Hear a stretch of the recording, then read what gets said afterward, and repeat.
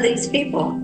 Care Bear, unfortunately, I have to do another shitty story from Gaza, and I do think this has got some data that is very important at the end, so it's not all just about tragedy.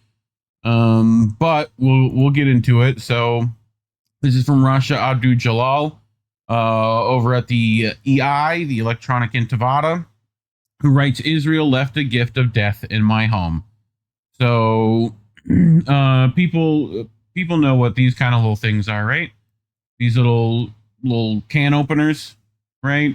You know, especially if you've been in the poor and working class and or third world areas of our, this is what food comes in.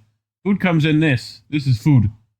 But after 15 months of displacement in the southern Gaza Strip, I thought I had lost the ability to be surprised, but I was wrong. I returned to Gaza City on the 6th of February following the ceasefire agreement between Hamas and Israel. Almost everything in my home was reduced to rubble, and the memories scattered among the rubble seemed to scream at me.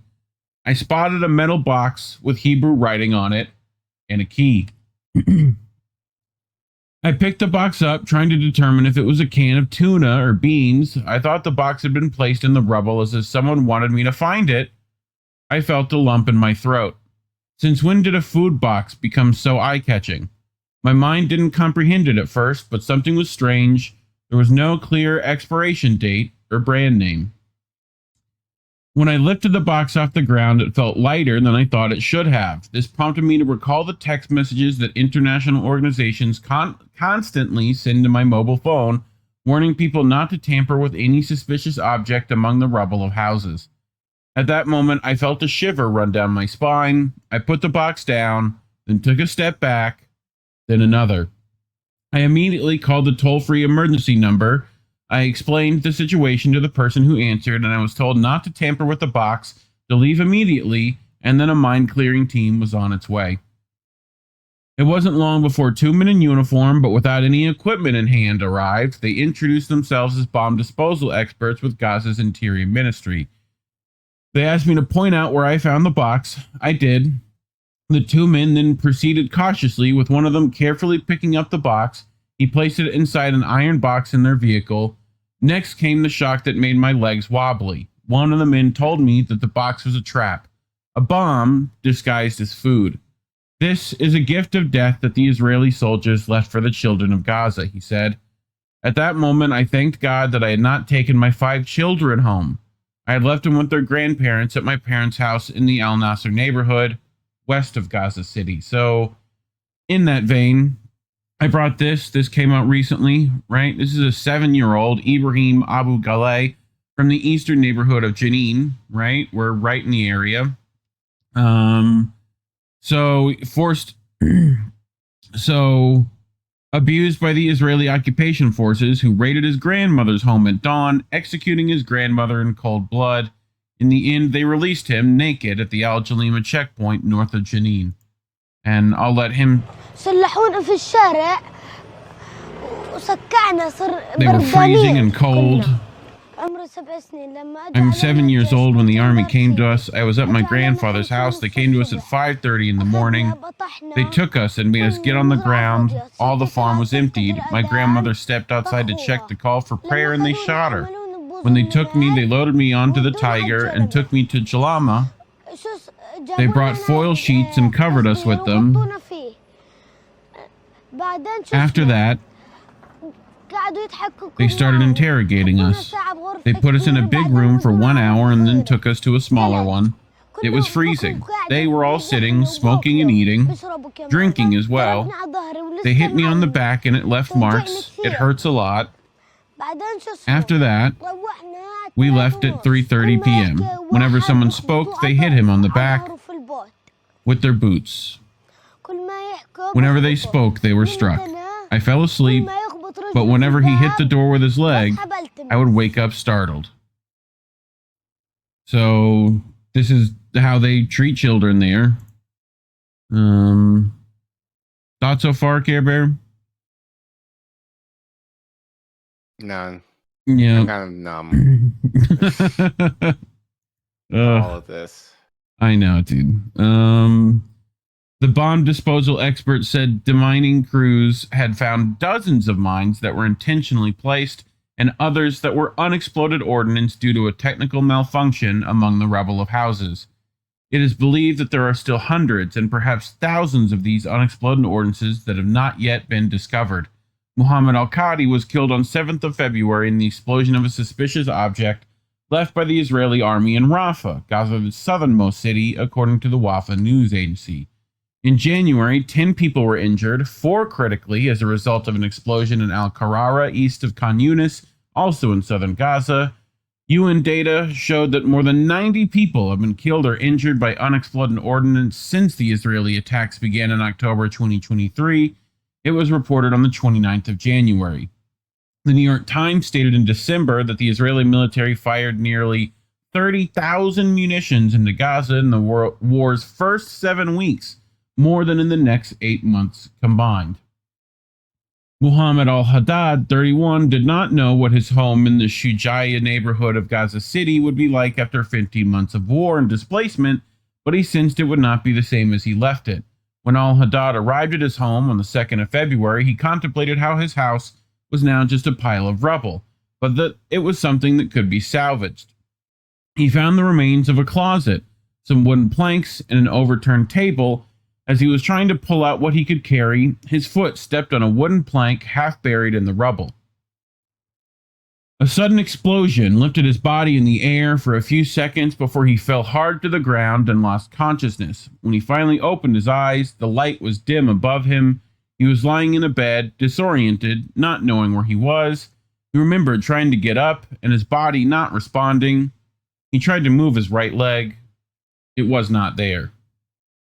Oh. He was in Gaza City's Al-Ali Arab Hospital. For months, I have been dreaming of this moment to return to my home, even if nothing remains of it, but I never imagined that returning would lead to such a tragedy, al-Haddad told the electronic Intifada. Israel did not destroy our homes. It left us to die in the rubble. They don't even want us to mourn our homes in safety. He added, Al-Haddad is one of the untold number of Palestinian victims of Israel's mines and ordnance. We are dealing with a situation where most of the people in Gaza will either return to a badly damaged building that they cannot move into or just a pile of rubble. Asham Steiner, the UN Development Programs Director, told the German broadcaster Deutsche Welle in January, and the rubble still poses a danger. There are unexploded ordnance and landmines. It's a very toxic environment. Muhammad Maqdad, head of the bomb disposal department at the Gaza Interior Ministry, told the electronic Intifada that the Israel army has dropped more than 85,000 tons of bombs on the strip since the start of the war. I believe that the volume of unexploded ordnance weighs about 9,000 tons, he said, noting that his crews have found unexploded ordnance inside residential neighborhoods since the ceasefire. Maqdad explained that experts conduct an initial examination of the ordnance before disposing of it by separating the detonator from it or transporting it to designated sites according to its danger. Maqdad stressed the urgent need for specialized tools such as heavy lifting equipment and modern protective equipment to ensure the safe handling of these munitions. It could take 14 years to make Gaza safe from unexploded ordnance, the UN Nations Mine Action Service reported in April last year. So, and I'm betting that's been added to since. So, Right. Thoughts, Care Bear?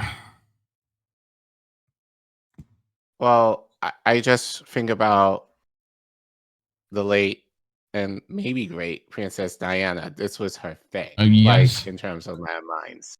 Right. For this reason.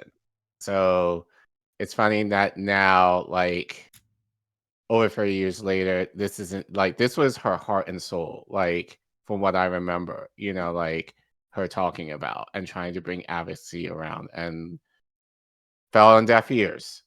Yep. That but more intentionally in terms of killing children in the way that she advocated against. So Yep.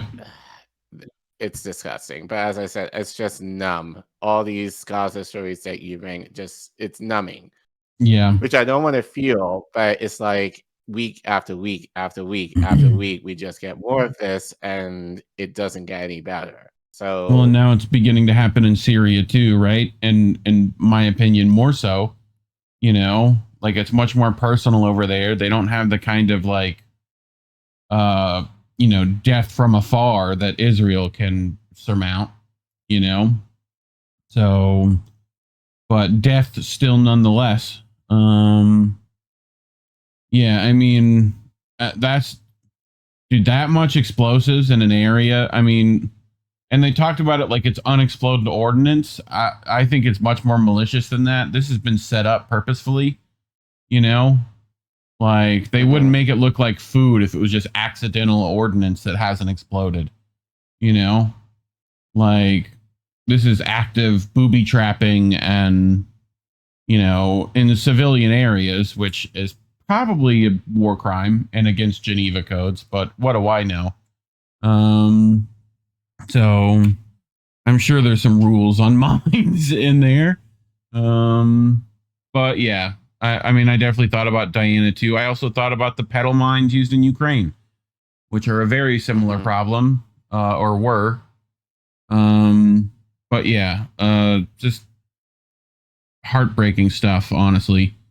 But yeah, talking about these things are for sure why we're demonetized. So scan that QR code on your screen.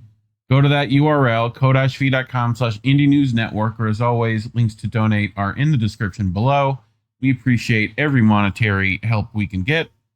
But if you can't give that, like and subscribe, share this video, send it to your family members. You know, this is the hard stuff everyone has to look at. Leave a comment. Let us know what you think. Otherwise, thanks for watching.